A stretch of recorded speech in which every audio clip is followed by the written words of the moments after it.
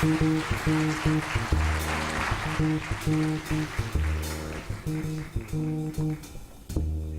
was terrific. That was terrific, David. Thank you so much. And that music was amazing too, wasn't it? They were dying to march me off with music, so I went just long enough to give them their fantasy. You know it, no problem. Okay, so you talked about the tools, you talked about what's going on. Let's talk about content for a minute. So I like to say, to some people's chagrin, I took to bed a lot of old white men in college. They were named things like Jefferson and Madison and Washington and Franklin and, yes, Benjamin Rush, who founded my college.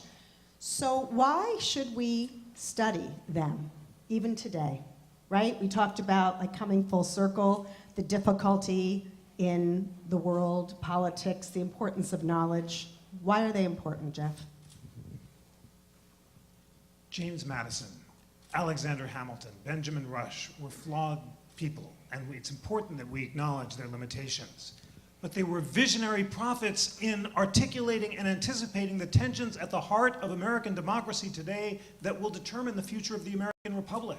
Hamilton and Madison saw a tension between populism and constitutionalism.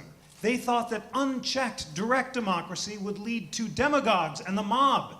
Madison said in Federalist 55, even if every Athenian were Socrates, Athens would still be a mob because large bodies cannot deliberate thoughtfully and slowly over time. They can't take the time to filter public opinion so that enlightened representatives can deliberate in the public interest. Now, all around the globe, in America and in Europe, we are seeing that the founders were prescient in fearing the dangers of unchecked direct democracy, new media technologies of the kind that I am imploring all of you to deploy to distribute constitutional wisdom can also be deployed to distract us into instant Twitter polls and Brexit votes of the kind the founders feared. So it is urgently important to study the philosophical foundations of the American Republic so that we can understand our current vexations and preserve the founders' ideals in a changing time.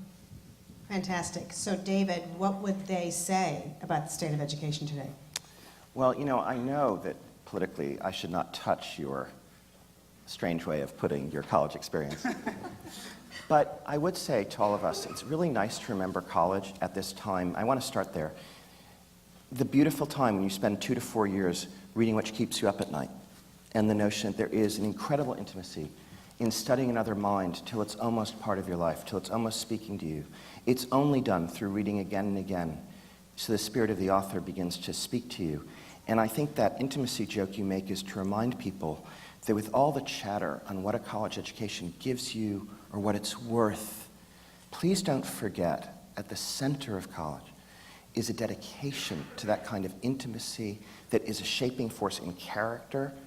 So when you ask why, read these things with that kind of care. Because it's not about knowing who Madison was or who these people are.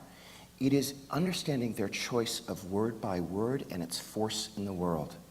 It is to understand the impact of one word chosen another and how that changes what happens next. And as you know, and I know the reason you're asking us, when I say on the SAT, is the founding documents or part of the great global conversation of liberty and human dignity it inspires, that brings in all the greatest leaders of civil rights and other people who have mouthed those words for generations to bring change here and around the world. That is, it was an African American, poorly known, who in his first convention speech, a constitutional law professor gave a master class on the Constitution that enraptured this country because he knew those words and he could use them. So I think we must be careful. It is not to know who these men are. It is to earn and own their words and thoughts before you. I think we're at a very hazardous moment. I think, to begin with where I began, that we must be very careful that while I am all for perfect free speech on campus, and you might imagine that's where I stand, we should not let the habits of adolescence confuse us. Like, college kids do dumb things, folks. Like, they've been doing that for a long, long time.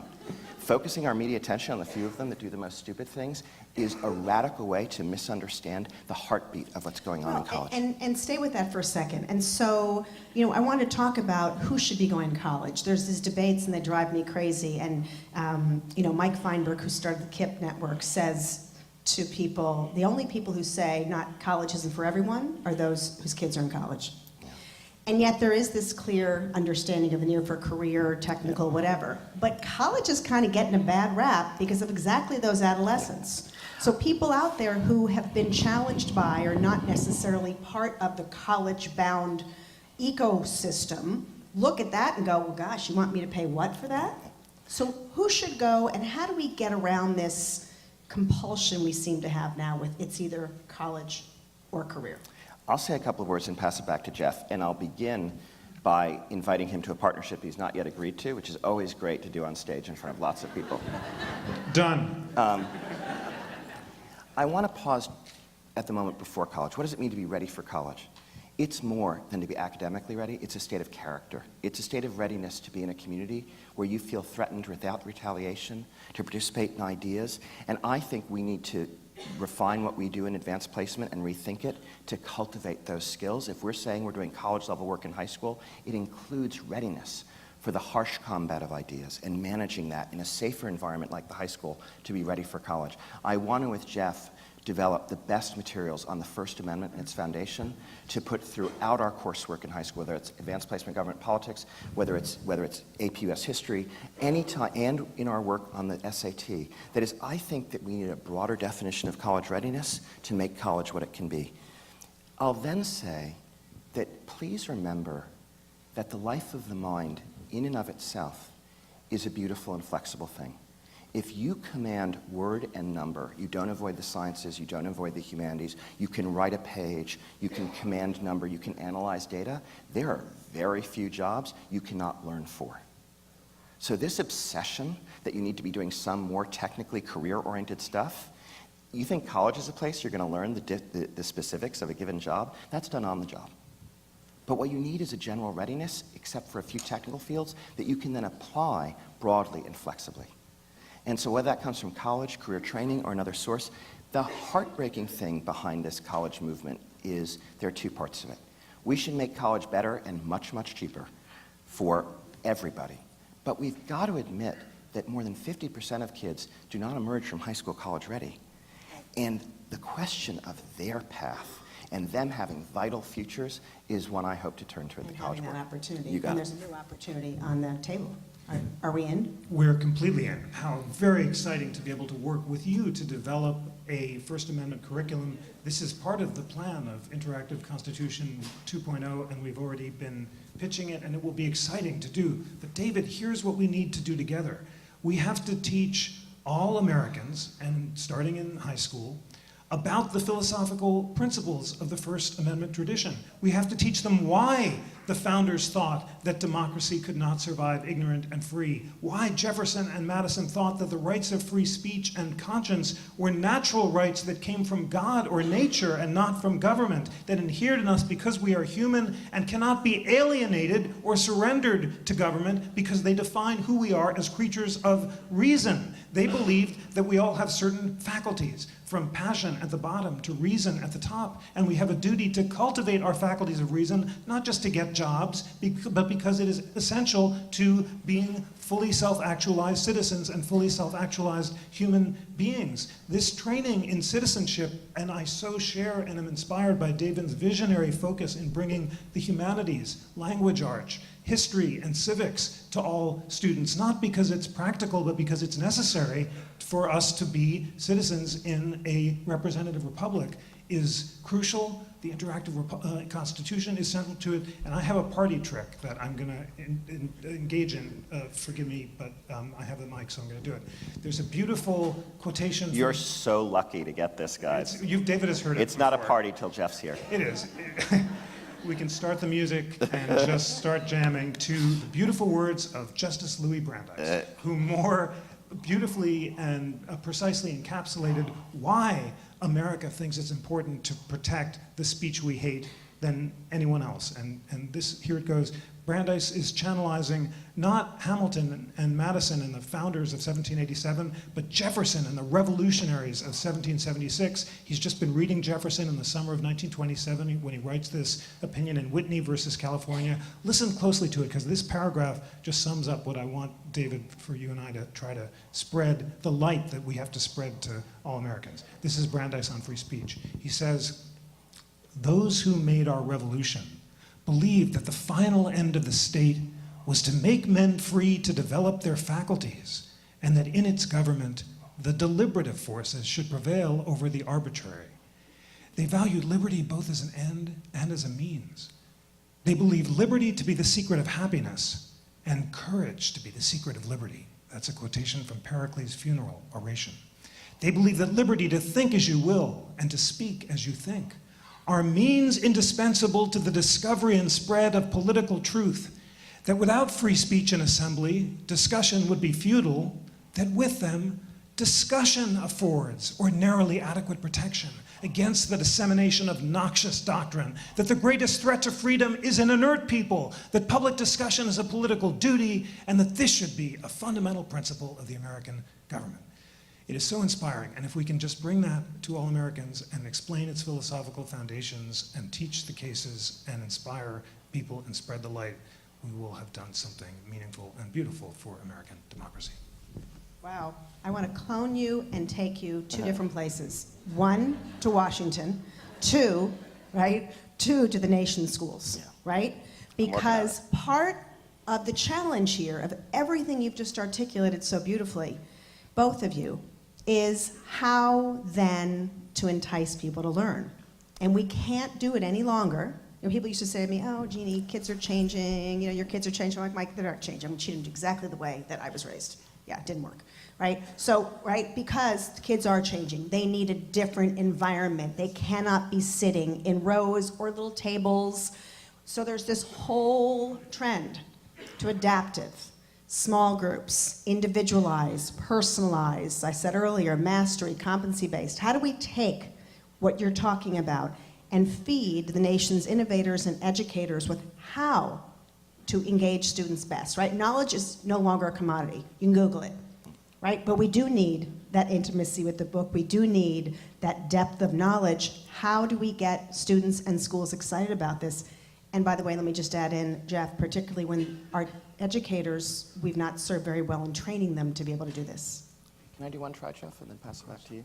The maybe a way to simplify, because I love it to keep it simple, is let's think of readiness for the 21st century as being in command of two codes, okay? And one code is the Constitution, a relatively short document that leads to, that unfurls, along with the Bill of Rights, of course, into a vast system of government, but it's a short code. But another, of course, is computer coding. And let me give you that as a case, Gene, because it's so interesting about what you're saying about how we have to change the invitation for kids. So all of you may have heard, I don't know how young this crowd is overall, but some of you join me in age, and you may know that for at least 20 years, we have been shaking our finger at young people and saying, if you study STEM, you'll be rich, right? And our country has too few STEM employees, right? Have you guys been hearing about this jobs gap for a long, long time? And if just more women and minorities would do it, we'd have a bigger workforce, everyone would be happy. Why have adolescents for 20 years not responded to all that? And the economics of, you'll make a fortune. That's something worth thinking about. Do you know there are fewer women engineers now than there were 20 to 30 years ago? Huh. So one thing about education that makes me anxious is that we say this is very urgent to change, and then we run our car into the very same wall. So the College Board decided to do something different, and we decided that if no one's coming to the party you're throwing, invite Jeff. No, if no one's coming, if no one's coming to the party you're throwing, change the party, change the invitation. So we said to adolescents of America was not, would you like to learn the advanced grammar of a language you have no interest in? Welcome to Java. And most adolescents say to that, no thank you. Instead we said, would you like to design an app? We invented a new course called Computer Science Principles. So we designed this new course, and we invite you, whether you're interested in science, the arts, whatever you're interested, would you like to make an app? Would you like to solve a problem? In its first year, we went from 2,000 black Americans doing advanced work in computer science in this country to 5,000. We went from 13,000 women in 1 year to 27,000. And we almost tripled the number of Latinos studying computer science, advanced computer science in America. So if we're going to engage students, I could not agree with you more, we need to change the invitation entirely. So you said that knowledge has become a commodity, but it's really information that's become a commodity. And there's a distinction between information and knowledge. Information is snippets of facts. So David has eliminated the fancy words from the SAT. I very distinctly remembering when John and I were in high school long ago, studying my SAT words, and I still remember my SAT words, in particular two, meretricious and concupiscent. I learned what they mean. There we go. But now I don't need to define meretricious as being tawdry or concupiscent as being uxorious, because I can just Google it, and that sort of information. There's so much talk of sin on this panel. Absolutely, it really is. But knowledge is something very different. Knowledge can only be acquired slowly and deeply over time through the kind of deliberation that Madison and the founders thought needed to take face to face. And that was why Eva Moskowitz was so inspiring to say technology can't bring a great teacher together face to face with a group of students and inspire them. And that's why I think, Jean, you're so right to focus on teacher training. Curry Sodner, who is here in the audience, has pioneered these teacher training workshops where she will bring master teachers from across the country to the Constitution Center in Philadelphia and train them in the methodology of teaching knowledge. And it has these three pillars that she and her great team have pioneered. First, constitutional knowledge through storytelling and paradigm cases. Second, teaching people to distinguish their political from their constitutional views. And third, civic engaged dialogue that unite people of different perspectives. That kind of knowledge can only be provided in the classroom, and we need to create opportunities to do that both physically and to the degree that we can use technology to do these asynchronous meetings and convenings. Let's do that too. Fantastic. Okay, final question before we go. What do you think in the last year to maybe 18 months is the most promising innovation, development, and if there isn't one, what do you want it to be? Well, I think David's visionary work in restoring the founding documents to the center of the curriculum is crucial. And you know, the APs are important, but we all know that the SAT is where the rubber hits the road, and it's really good that students who want to go to college will feel the need to study the Constitution so that they can do well on the SAT. Well, the interactive Constitution, I mean, come Oh, on. you're too kind, my dear Alphonse. I couldn't possibly. But that was longer than 18 months, so let's go to your question. I can barely overstate my reverence for the care with which Jeff has done his work. So don't misread his enthusiasm. It's rooted in true excellence and word-by-word care. It's beautiful.